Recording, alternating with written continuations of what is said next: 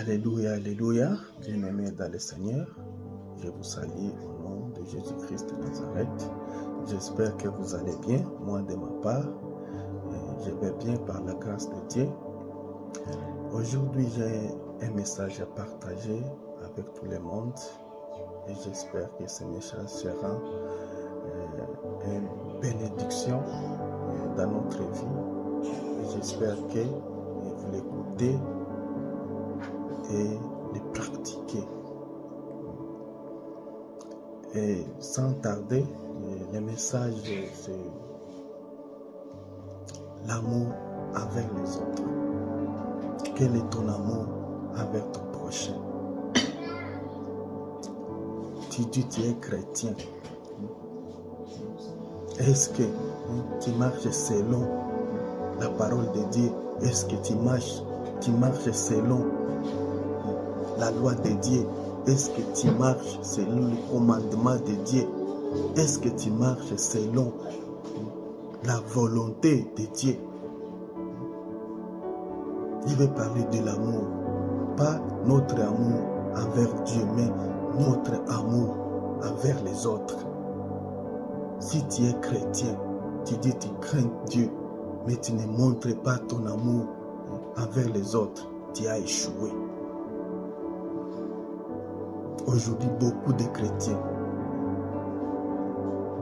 chrétiens vivent la vie solitaire, donc eux-mêmes seulement. Vous partez ensemble à l'église, mais tu ne sais pas de quoi. Tu ne sais pas qu'est-ce qui se passe dans la vie de ton prochain. Tu ne sais pas de quoi ton prochain est en train de prier, de quoi ton prochain demande à Dieu. Parce que tu es seulement focalisé à toi-même. Et pourtant la Bible nous parle beaucoup de l'amour. La Bible déclare dans Jean chapitre 3, 16, « Car Dieu a tant aimé le monde qu'il a donné son Fils unique afin que quiconque croit en lui ne périsse point, mais qu'il ait la vie éternelle. » Alléluia. Dieu est le symbole. Dieu est le symbole de l'amour. Jésus-Christ, c'était la manifestation de l'amour que Dieu avait, que Dieu a envers nous, avec le monde.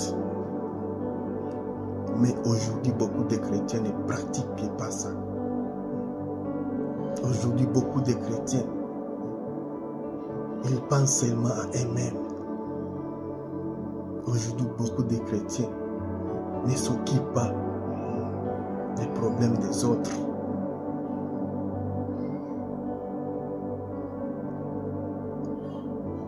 Ton prière, tu pries du lundi au dimanche, du janvier au décembre. Tu pries du matin au soir. Et tu te demandes pourquoi Dieu ne m'exauce pas. Pourquoi Dieu n'exauce pas ma prière. Pourquoi Dieu ne me répond pas. Parce que ta prière est devenue monotone. Tes prières, c'est seulement moi. Tes prières, c'est seulement Jésus, j'ai besoin de ça. Jésus, regarde ça. Jésus, ça ne marche pas dans ma vie. Jésus, regarde ça. J'ai besoin de ça, c'est là. Donc, tes prières est devenue monotone devant Dieu. Il faut changer le ton de tes prières. Il faut changer le ton de tes prières. Et tu changes le ton de tes prières par l'amour. L'amour envers ton prochain. L'amour que Dieu nous a montré. L'amour. Parce que la Bible déclare dans Matthieu 22, chapitre 39, « Et voici le second qui lui est semblable. Tu aimeras ton prochain comme toi-même. » Alléluia.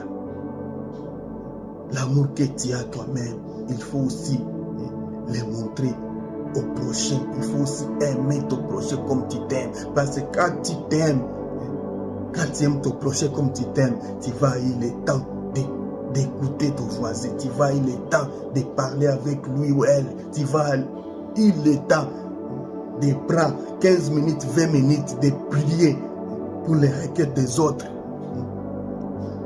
De demander de quoi se passe dans la vie des autres. L'amour envers les autres. Aujourd'hui, aujourd'hui, c'est le temps de changer le ton de votre prière. Ne sois pas monotone dans votre prière. Sois autotune. Change de prière automatiquement. Tu écoutes l'autre en train de prier. Aide ton prochain dans son prière. Ta voisine là, il a 5 ans de mariage. Elle prie. Dieu me donne l'enfant. Dieu me bénit avec un enfant. Dieu donne-moi l'enfant. Mais toi, tu écoutes, mais tu ne l'aides pas. Aujourd'hui, relâche vos requêtes et prends les autres. Aujourd'hui, demande à Dieu de bénir les autres. Demande à Dieu de s'occuper des autres. La Bible déclare dans Jacques chapitre 5 versets 15 à 16. La prière de la foi sauvera les malades et le Seigneur les relèvera. Et si il a commis des péchés, il lui sera pardonné. Confesse donc vos péchés les uns aux autres et priez les uns pour les autres afin que vous soyez guéris. La prière fervente du juste a une grande efficacité. Alléluia. Priez pour les autres, même les péchés. Toi, tu as eu grâce. Le salut est personnel, oui, mais toi, tu as eu grâce de savoir Jésus. Pourquoi pas tu ne pries pas pour l'autre, ton frère qui marche sur le monde, ta sœur là qui vit dans l'impudicité. Pourquoi pas ne priez pas pour les. Comme la Bible déclare, confesse donc vos péchés les uns aux autres.